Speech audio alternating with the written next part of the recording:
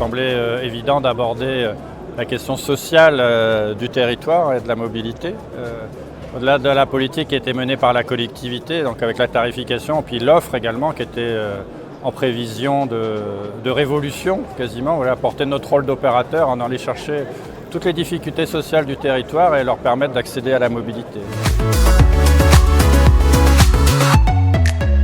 Il y a des démarches intéressantes qui ont été menées. Alors il y a les QPV, mais aussi beaucoup de façons d'apprendre à prendre le bus aux jeunes, aux collégiens en particulier, toute une approche sociale qui a dernièrement s'est développée vers la question du handicap, en particulier des handicaps cognitifs, qui est très intéressant à aborder pour apprendre aux gens à prendre le bus. Et donc c'est quelque chose qu'on a imaginé ensemble en avançant et je pense qu'on a finalement réussi à faire quelque chose d'intelligent pour le territoire et pour ses habitants. Et comme l'a dit Jean-Christophe, effectivement, on s'est vraiment orienté sur la question des mobilités inclusives.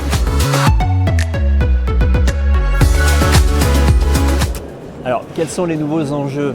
Les enjeux sont toujours les mêmes, c'est-à-dire amener davantage de monde vers le transport public. Alors, le transport public, Tadao, mais aussi le train et aussi les modes doux. Donc notre objectif, effectivement, c'est majoritairement de limiter l'autosolisme.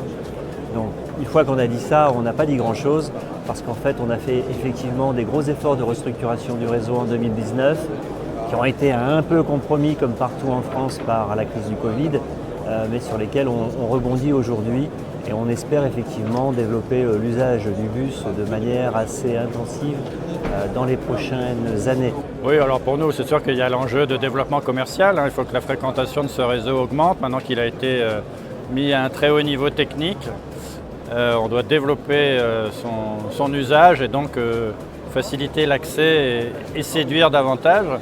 Puis il y a quand même, d'un point de vue beaucoup plus technique pour nous, Transdev, toute la question de la transition énergétique, de la migration du parc vers le bus électrique, plus loin vers le zéro émission, en continuant aussi les bus à hydrogène. On a des compétences nouvelles à intégrer dans l'entreprise. Et donc ça, c'est un sujet assez passionnant. C'est vrai que je n'en ai pas parlé, mais effectivement, on est un des réseaux avec un mix énergétique sur le fonctionnement qui comprend à peu près tout, sauf du gaz nat. Donc c'est pour nous quelque chose d'important parce qu'on ne croit que la collectivité ne croit qu'en le mix énergétique. On ne croit pas en l'énergie miracle ici ou là et donc pour nous c'est important d'avoir un partenaire qui partage ce point de vue.